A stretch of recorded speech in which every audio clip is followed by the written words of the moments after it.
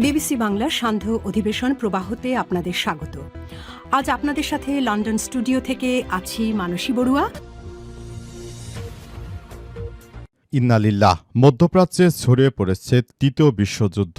Kuwait, কাতার, Bahrain, Saudi সহ মুসলিম বিশ্বের যেসব রাষ্ট্র ইহুদিবাদী ইসরায়েল ও যুক্তরাষ্ট্রের দালালি করত সেগুলোকে চরম ধোলাই দিচ্ছে ইরান। ইরানের ধোলাই খেয়ে এসব রাষ্ট্রগুলো দিশেহারা হয়ে পড়েছে। প্রতিদিন এত ব্যাপক পরিমাণ হতাহত হচ্ছে যে একরকম পাগল হয়ে গেছে রাষ্ট্রের সৌদি শেখেরা এখন অ্যানবসি জপ্তে শুরু করেছে, কারণ তাদের কিয়ামত শুরু হয়ে গেছে।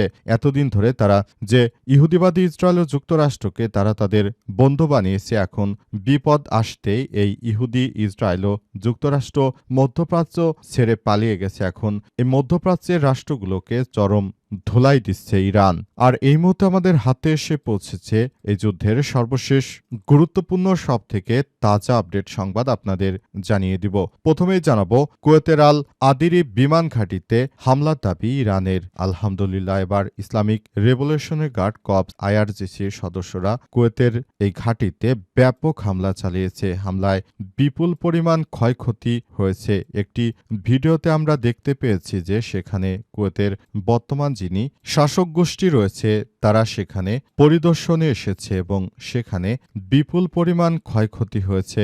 বিপুল পরিমাণ ক্ষয়ক্ষতি মধ্য দিয়ে মূলত সেখানে আবার বড় ধরনের সংকট সৃষ্টি হয়েছে।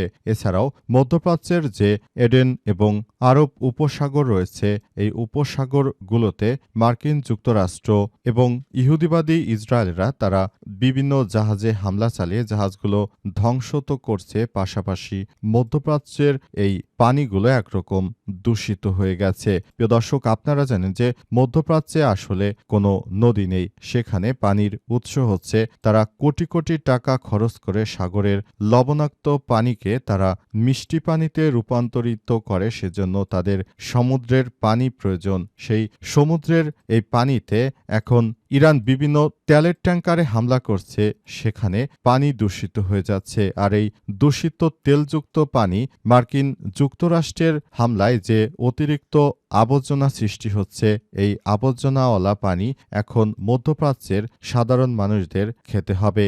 বর্তমান এতটাই তীব্র আকার ধারণ করছে পানির, কারণ এই পানি আসলে মধ্যপ্রাচ্যের জন্য অনেক বেশি প্রয়োজন। কিন্তু সেই পানি যদি সব নষ্ট হয়ে যায় তাহলে মধ্যপ্রাচ্যে আবারও ভয়াবহ মহামারী ধারণ করবে, এমনটাই মনে করা হচ্ছে।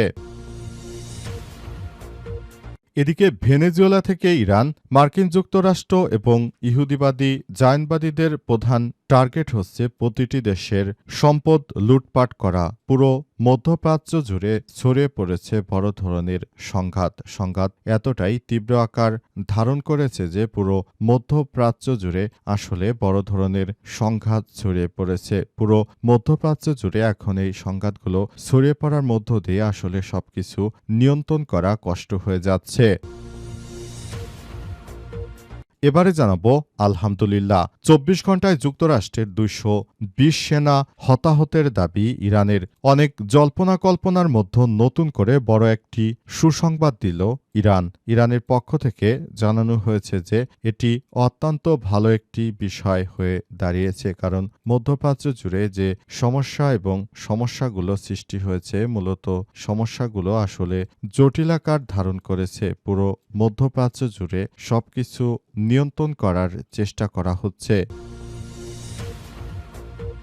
মধ্যপ্রাচ্য জুড়ে আসলে সবকিছু নিয়ন্ত্রণের মধ্য দিয়ে আমাদেরকে এগিয়ে যেতে হবে, কারণ মধ্যপ্রাচ্যের এই ইহুদিবাদী ইসরায়েল ও মার্কিন যুক্তরাষ্ট্র তারা যে তাদের এই সেনাবহর ঘাঁটিগুলো রেখেছে, সেখানে ইরানের হামলায় ২২০ জন হতাহত হয়েছে। এর মধ্যে কুয়েতে মার্কিন যুক্তরাষ্ট্রের ২১ জন সেনা নিহত হয়েছে এবং ২০০ জন হতাহত হয়েছে সংযুক্ত আরব আমিরাত বা দুবাইয়ে। হামলার পরিমাণ তীব্র থেকে তীব্রতর হচ্ছে এবং পালিয়ে যাচ্ছে মধ্যপ্রাচ্য থেকে মার্কিনিরা।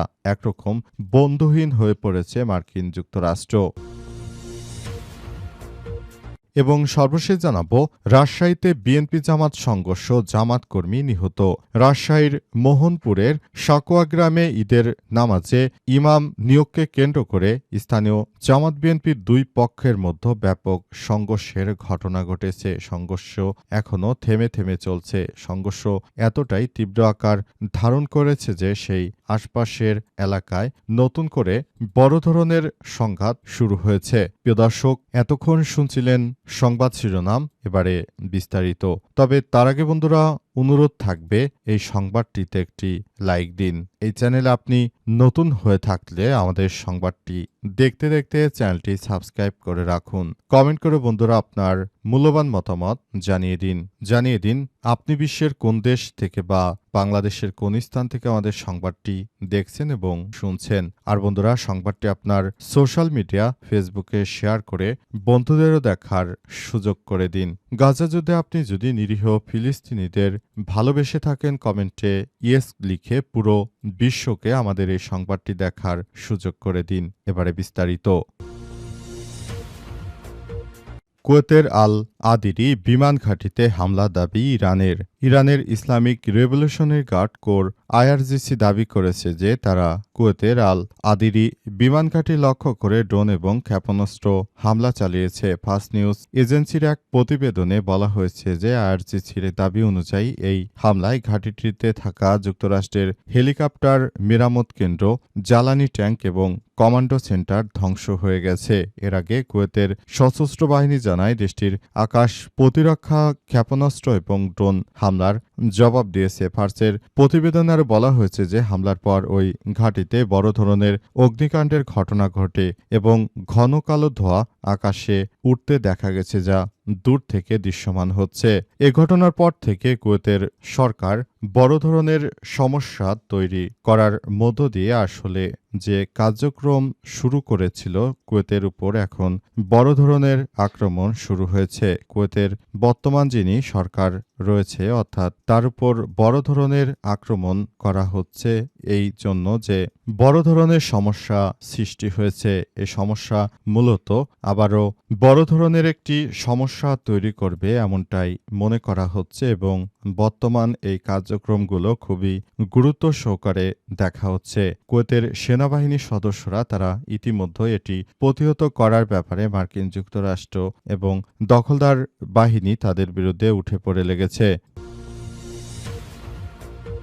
ইরানের সমৃদ্ধ ইউরেনিয়াম দখলে বিশেষ বাহিনী পাঠানোর ভাবনা যুক্তরাষ্ট্র ও ইসরায়েলের। মধ্যপ্রাচ্য জুড়ে যে কন্ডিশন শুরু হয়েছে, এতে করে পুরো মধ্যপ্রাচ্য জুড়ে যে ধরনের কার্যক্রম আসলে মার্কিন যুক্তরাষ্ট্র চালাচ্ছে, এই কার্যক্রম অত্যন্ত দুঃখজনক হলেও খুবই বড় ধরনের একটি ঘটনা ঘটেছে। পুরো মধ্যপ্রাচ্য জুড়ে যে ধরনের কার্যক্রম চলছে, সেই কার্যক্রম থেকে সবাইকে বাঁচার জন্য এখনই বড় ধরনের অ্যাকশনে যাচ্ছে মধ্যপ্রাচ্য এবং মধ্যপ্রাচ্যের সব রাষ্ট্রগুলো ইতিমধ্যে তারা তাদের জায়গা থেকে এই কার্যক্রমগুলো চালিয়ে যাচ্ছে। মধ্যপ্রাচ্যের বর্তমান যে কন্ডিশন শুরু হয়েছে, এতে মধ্যপ্রাচ্যের সবকিছু আসলে বড় ধরনের যে সমস্যা সৃষ্টি হয়েছিল এবং ইরান যে ইউরেনিয়াম সমৃদ্ধ করেছিল, সেই সমৃদ্ধ ইউরেনিয়াম সবকিছু দেখছে এবং সবকিছু আসলে কার্যক্রম করার মধ্য দিয়ে ইরানের সমৃদ্ধ এই ইউরেনিয়াম আসলে পুরো মধ্যপ্রাচ্য জুড়ে হুমকির কারণ হতে পারে। এজন্য সেই ইউরেনিয়ামগুলো তারা নিজেদের দখলে নেওয়ার জন্য তারা বড় ধরনের একটি কার্যক্রম পরিস্থিতি তারপর চালিয়ে যাচ্ছে। পুরো মধ্যপ্রাচ্য জুড়ে এই সমস্যাগুলো সৃষ্টি হচ্ছে এবং সমস্যাগুলো সবকিছু দেখভাল করার মধ্য দিয়ে তারা এই কার্যক্রমগুলো চালিয়ে যাচ্ছে। মধ্যপ্রাচ্য জুড়ে বর্তমান যে সমস্যা সৃষ্টি হয়েছে, সমস্যাগুলো সবকিছু নিয়ন্ত্রণ করার জন্য পুরো মধ্যপ্রাচ্য জুড়েই এই সমস্যাগুলো চলছে এবং সমস্যাগুলো অত্যন্ত জটিল আকার ধারণ করেছিল। তাই মার্কিন যুক্তরাষ্ট্র এবং ইহুদিবাদী ইসরায়েল ইরানের তেল সমৃদ্ধ এলাকাগুলো দখল করে তারপর সেখান থেকে তারা নিজেদের ফায়দা হাসিল করতে চায়, কিন্তু এটি বাস্তবে হচ্ছে না, কারণ বাস্তবতা অনেক কঠিন। ইরান পাল্টা আক্রমণ শুরু করলে ইহুদিরা সেখান থেকে পালিয়ে যাচ্ছে।